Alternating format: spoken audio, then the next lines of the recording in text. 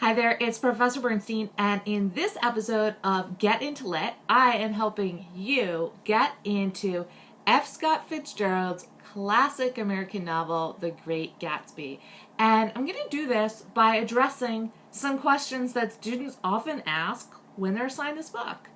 Students often ask, what's so great about The Great Gatsby, and why are you making us read this book? Now, I can tell you that professors, we're not too happy when students sort of complain about having to read these great works of literature. And do you know what we do in return? We complain to each other. And there's this really great example of complaining from the student's perspective and the professor's perspective that I want to share with you to help us get into The Great Gatsby. So I've got to set up some really quick background so you understand what's going on. Mark Bernstein, an English professor at Emory University, wrote an article, and he was talking about, in this article, about how students aren't doing that much reading anymore, and even though they've taken plenty of history classes and tests and maybe even passed them, they don't really remember significant events, dates, or even the titles of great historical works, or even works of literature. And in this article, he describes how he was being interviewed on NPR, National Public Radio, and there was this exchange between the host and a kid calling in to talk about why he's not into reading. So I'm going to act out that quick exchange for you, and we're going to use that as a way to get into The Great Gatsby. Yeah, I'm a high school student, and I don't read, and my friends don't read, because of all the incredibly boring stuff teachers assign. Such as, that book about that guy? You know, that guy who was great? Huh?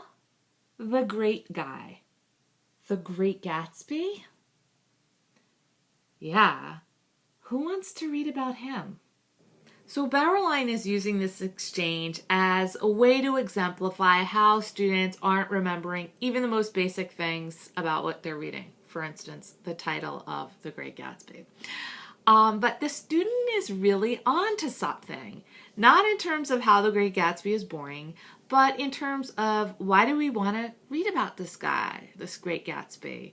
Who is he? What makes him great? So what I'm going to do to help you get into your reading of The Great Gatsby and really start analyzing it instead of just having your eyes contact the words on the page is give you 4 main sets of questions that you can use as you're getting into your reading of this classic American novel. And I highly recommend that you write down these questions right now because you don't want to forget them. You want to be able to refer to them as you're reading. Okay, here's the first set of questions that I want you to consider. How do we learn about The Great Gatsby?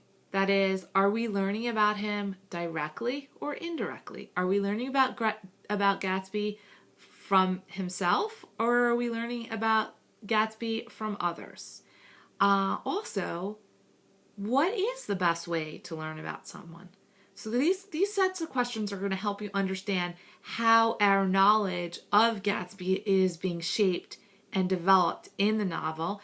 And then the last question about, what is the best way to get to know someone is helping you get to a little bit higher level of analysis about thinking about these ways of getting to know Gatsby and then thinking a little bit in relation to the text, but a little bit beyond it, what is the best way to learn about someone? Okay, here's the second set of questions. What do the other characters know or not know about Gatsby? This is very important to consider. Sometimes we are always just thinking about what we're actually seeing and reading, but sometimes you can think about what's not there, what people don't know, or what people are not saying. So while you're reading, I want you to think about what they do and don't know about Gatsby, and also, can we trust their perceptions of him? So again, that last question is something that's going to help you get to a higher level of analysis, of thinking about, well, okay, this person thinks this and that person thinks that, but can we trust their perceptions? Why or why not?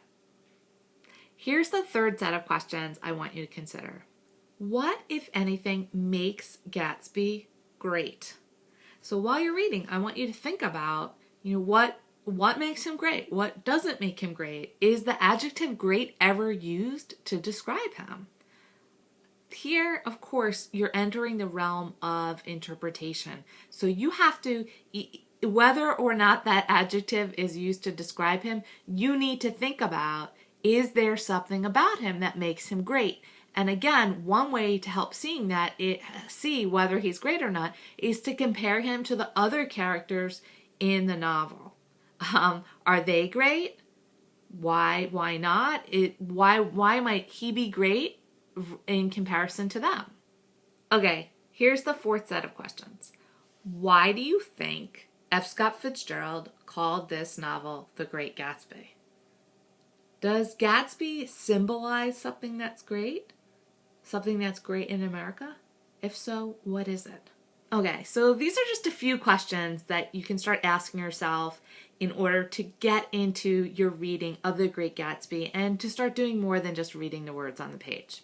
I strongly encourage you not to consult secondary sources or summaries of the work. You can totally understand this novel by yourself, or at least by using some guiding questions like the ones I'm sharing here. If you want to learn a little bit more about The Great Gatsby, get into it a little bit more, be sure to watch my next episode where I'm actually looking at and asking questions about the first few pages of the novel.